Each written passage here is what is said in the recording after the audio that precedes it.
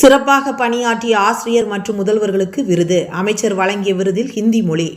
கோவை நவ இந்தியா பகுதியில் உள்ள தனியார் கல்லூரியில் கோயம்புத்தூர் மெட்ரிகுலேஷன் பள்ளிகள் கல்விசார் குழு சார்பில் சிறப்பாக பணியாற்றிய ஆசிரியர்கள் மற்றும் பள்ளி முதல்வர்களுக்கு விருது வழங்கும் விழா இன்று நடைபெற்றது.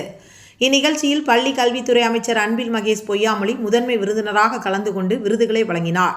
மேலும் கடந்த ஆண்டில் 10 மற்றும் 12ஆம் வகுப்புகளில் 100% தேர்ச்சி பெற காரணமாக இருந்த ஆசிரியர்களுக்கு பாராட்டு சான்றிதழ்களும் பள்ளி முதல்வர்களுக்கு கேடயமும் வழங்கப்பட்டது. ஆசிரியர்களுக்கும் முதல்வர்களுக்கும் வழங்கப்பட்ட விருதில் வாய்மையே வெல்லும் என்ற தமிழ் வாசகம் சத்தியமேவ ஜெயதே என்ற ஹிந்தியில் பொறிக்கப்பட்டிருந்தது.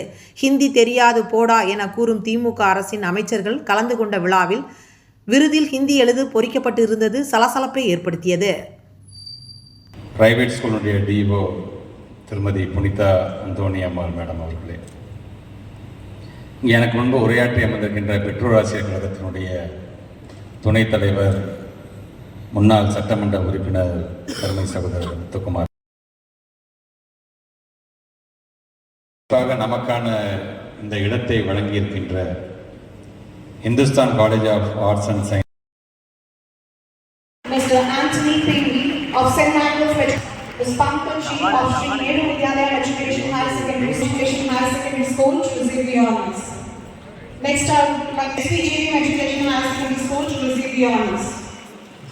SPJM Education Higher Secondary School to receive the honors.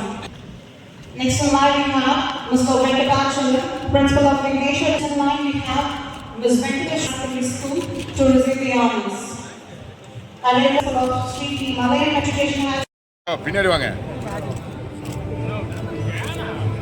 Camera கீழே.